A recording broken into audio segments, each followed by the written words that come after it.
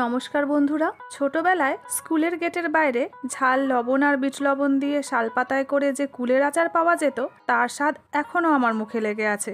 আর আপনারাও নিশ্চয়ই সেই স্বাদ এখনও মিস করেন।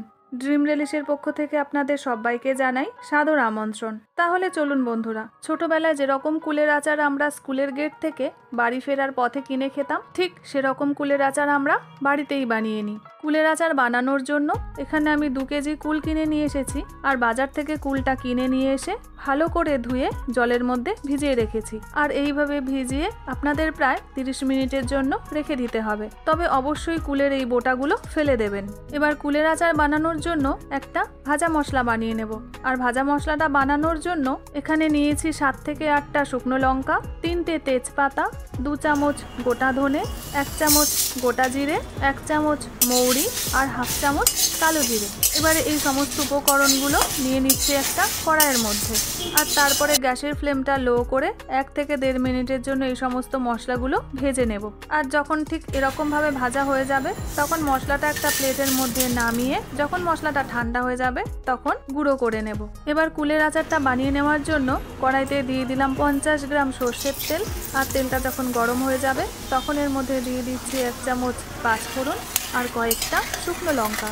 তারপর ফোড়নটা যখন ভালো করে ভাজা হয়ে যাবে আর ফোড়নটা দিয়েও খুব সুন্দর একটা গন্ধ বেরোবে, তখন ধুয়ে রাখা কুলগুলো জল ঝরিয়ে এই তেলের মধ্যে দিয়ে দেব। আর কুলগুলো সব দেওয়া হয়ে গেলে খুব ভালো করে কুলগুলোকে ভেজে নেব। কুলের আচারটা একদম দোকানের মতন করার জন্য এখানে কিছুটা তেঁতুল আগে থেকেই জলের মধ্যে ভিজিয়ে রেখেছিলাম। এবারে এই তেঁতুলটা সম্পূর্ণ দিয়ে দেব কুলের মধ্যে। আর তারপরে তেঁতুল কুল সব একসাথে ভালো করে মিশিয়ে নেব।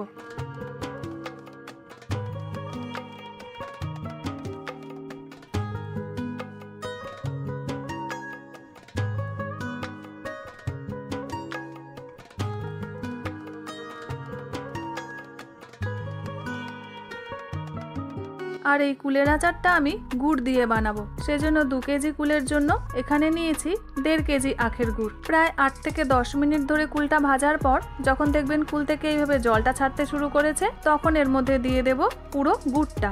আর গুড়টা দেওয়া হয়ে গেলে কুলের সাথে খুব ভালো করে মিশিয়ে নেব। আর এইভাবে আপনাদের কিন্তু প্রায় আধ ঘন্টা রান্না করে নিতে হবে।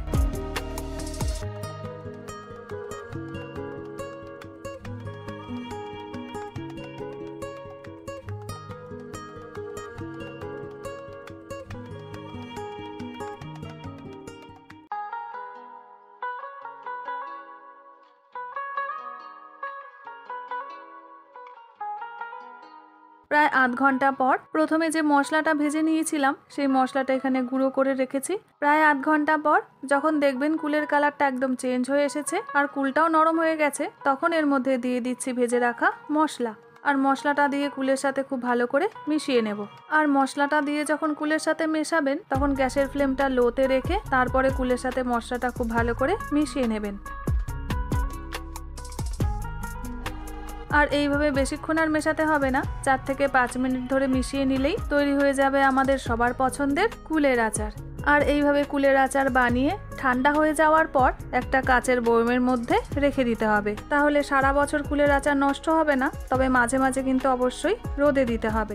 আর এই কুলের আচার নিয়ে ছোটবেলার কোনো স্মৃতি যদি আপনাদের থেকে থাকে, তাহলে সেটাও আমার সাথে আপনারা শেয়ার করতে পারেন।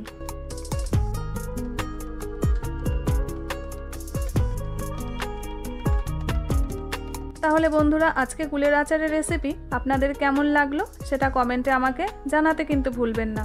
আর যদি ভিডিওটা ভালো লেগে থাকে, লাইক শেয়ার সাবস্ক্রাইবের অনুরোধ রইল।